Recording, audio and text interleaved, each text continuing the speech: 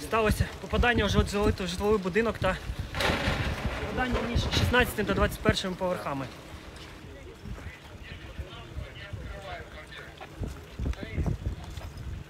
Дуже пошкоджені квартири. Зараз рятувальники продовжують шукати постраждалих. 6 вже постраждалих ми знайшли. Було загоряння ще на 2 поверхах приблизно площею 20 метрів квадратних. Евакуйовано було 80 осіб.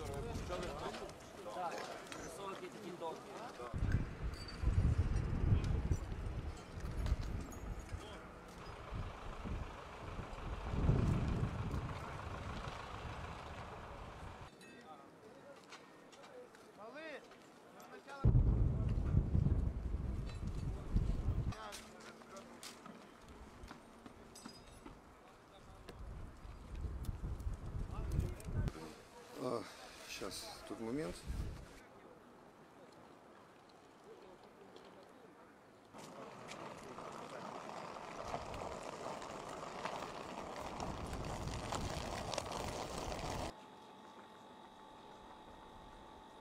Все було добре. Я зараз виходжу, дивлюся, сонце світить, пташки співають. Кому ця війна потрібна? Кому потрібна ця війна? От так от вийшло. І на мій вік ще й війна попала.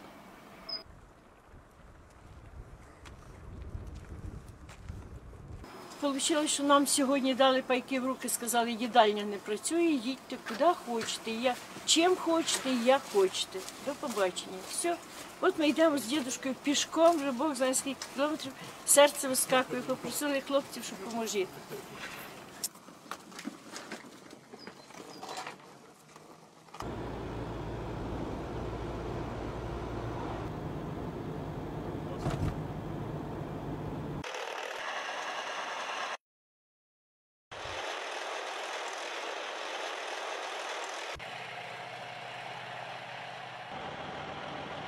С 14 года. Ждали вот этого момента? Ждали, я говорю, аж прослезился. Наконец-то. Брошу и буду спокойно жить потом.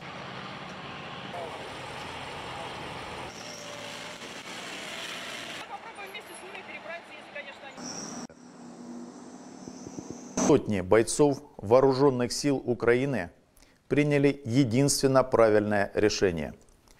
Прекратили сопротивление, сложили оружие и перестали выполнять преступные приказы киевского режима.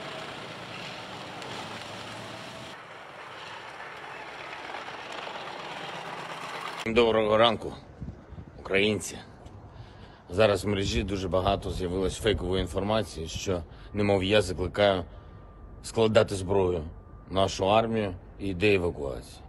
Значить так, я тут, ніяку зброю ми не складемо, будемо захищати нашу державу, тому що наша зброя – це наша правда. Наша правда в тому, що це наша земля, наша країна, наші діти, і ми все це будемо захищати.